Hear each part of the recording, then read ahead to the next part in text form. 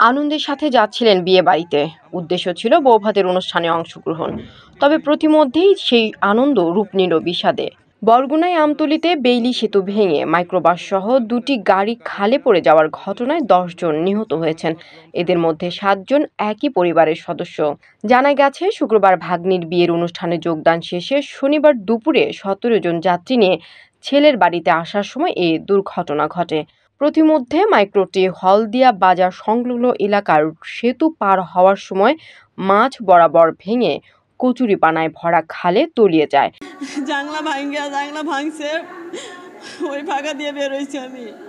আমার এই বাচ্চা ছেলে বাচ্চারও বের করছি, আর 2-3 জন বের করছি। ড্রাইভারে বলছি কি, যখন ভাঙ্গা পড়ে আমি তখনই বলছি, ভাই আপনার লক খুলে দেন, দুই সাইডের ডালা আমি ছুটে দেই। তখন ও আস্তে আস্তে ডুবতেছে। আমার বাগনা বউ, আমার বোন, আমার বাইর বউ, আমার বাইর বেটারা, বাইর বেটিরা যাই দেখি যে ব্রিজ মাঝখান দিয়ে ভাঙ্গার গাড়ি আর লোকজন সবাই পানির ভিতরে। মাইক্রোবাস পড়ে যাওয়ার শব্দ পেয়ে স্থানীয়রা উদ্ধারের জন্য এগিয়ে আসে।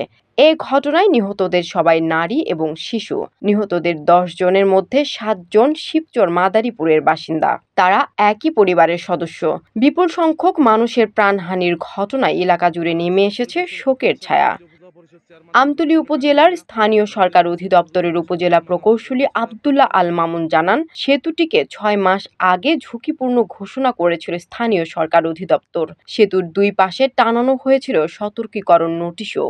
এরপরও এই সেতু ধরেই চলাচল মানুষের। জনসাধারণের দুর্ভোগ লাঘবের জন্য 2005 থেকে 6 অর্থবছরে হালকা যান প্রকল্পের আওতায় নির্মাণ করা হয়েছিল এই সেতুটি। নির্মাণের 18 বছরে সেতুটি সংস্কার করা হয়নি।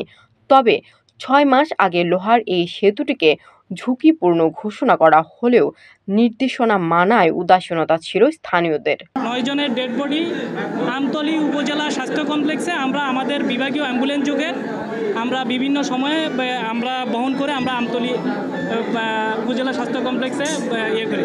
এর মধ্যে 2 জন শিশু এবং প্রাপ্তবয়স্ক 7 জন মহিলা, মোট 9 জন। জীবিত উদ্ধার হওয়া একজন বলেন, মাইক্রোবাসটি লোহার সেতুর মাঝ বরাবর আসার পর আকস্মিক ধসে কচুরিপানায় ভর্তি খালে ডুবে যায়। এরপর আর কিছুই বলতে পারি না, জ্ঞান ফিরে দেখি হাসপাতালে। আল্লাহ আমাদের বাঁচালেও সবকিছু শেষ হয়ে গেছে। নিহতদের স্বজনদের দাবি, বৃষ্টিতে কোনো সতর্ক বার্তা ছিল না। সেখানে যদি আগেই সতর্কতামূলক বার্তা লাগানো থাকতো তাহলে কোনোভাবে মাইক্রোবাসটি এভাবে পারাপার হতো না। এখানে কর্তৃপক্ষের গাফিলতি আছে। তানজিনা ইসলাম, জেপি নিউজ।